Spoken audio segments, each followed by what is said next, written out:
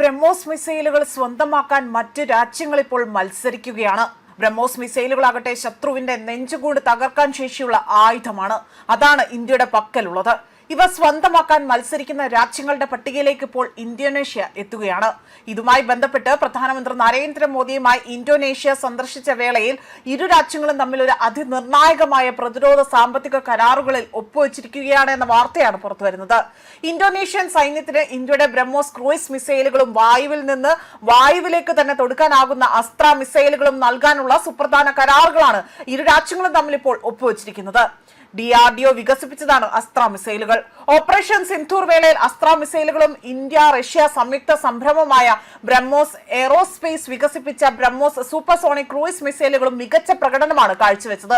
ഈ പശ്ചാത്തലത്തിലാണ് കരാർ യാഥാർത്ഥ്യമാകുന്നത്. മാസങ്ങളായി തന്നെ ബ്രഹ്മോസ് മിസൈലുകൾ അതുമായി ബന്ധപ്പെട്ട കരാറുകളിൽ ഇരു രാജ്യങ്ങളും ചർച്ചകൾ തുടർന്നു വരികയായിരുന്നു.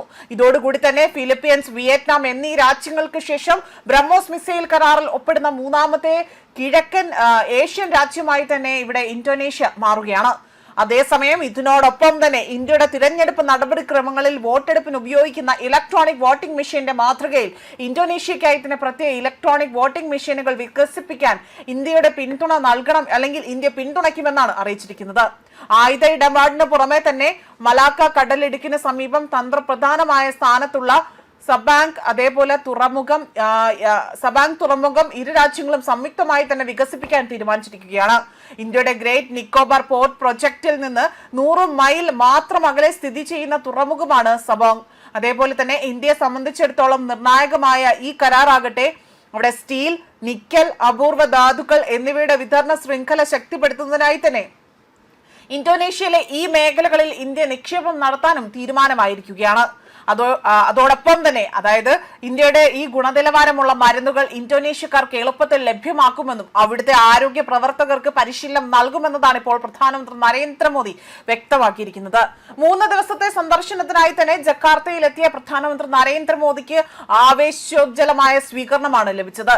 ജക്കാർത്തയിലെ പ്രസിഡൻഷ്യൽ കൊട്ടാരത്തിൽ പ്രസിഡന്റ് പ്രബോന്തോ സുവേന്തോ ആയിട്ട് തന്നെ അദ്ദേഹം സ്വീകരിക്കുകയും അദ്ദേഹം ഉജ്ജ്വലമായ ഒരു സ്വീകരണം നൽകുകയും ചെയ്തു. മാത്രമല്ല അദ്ദേഹത്തിന്റെ പ്രധാനമന്ത്രി നരേന്ദ്രമോദിയുടെ വിമാനമാകട്ടെ ഇന്തോനേഷ്യൻ ബോർഡർ കടന്നതോടുകൂടി തന്നെ അവിടെ സംയുക്തമായ രീതിയിൽ ആ യുദ്ധവിമാനങ്ങളുടെ അകമ്പടിയോടുകൂടി ഉജ്ജ്വലമായ വരവേൽപ്പ് തന്നെയാണ് അദ്ദേഹത്തിന് നൽകിയത്. 2018 ഇരു രാജ്യങ്ങളും തമ്മിലുള്ള ബന്ധം അവിടെ കോംപ്രഹെൻസീവ് സ്ട്രാറ്റജിക് പാർട്ട്ണർഷിപ്പിലേക്ക് ഉയർത്തിയ ശേഷമുള്ള പ്രധാനമന്ത്രി നരേന്ദ്രമോദിയുടെ ആദ്യ ഉഭയകക്ഷി സന്ദർശനമാണ് ഇപ്പോൾ നടക്കുന്നത്. മാത്രമല്ല ജൂലൈ 6 മുതൽ 8 വരെയാണ് ഈ ഒരു സന്ദർശനം ഇപ്പോൾ, അതായത് ത്രിരാഷ്ട്ര സന്ദർശനം ഇവിടെ നടക്കുന്നതും. ന്യൂസ് ഡെസ്ക് കർമ്മ ന്യൂസ്.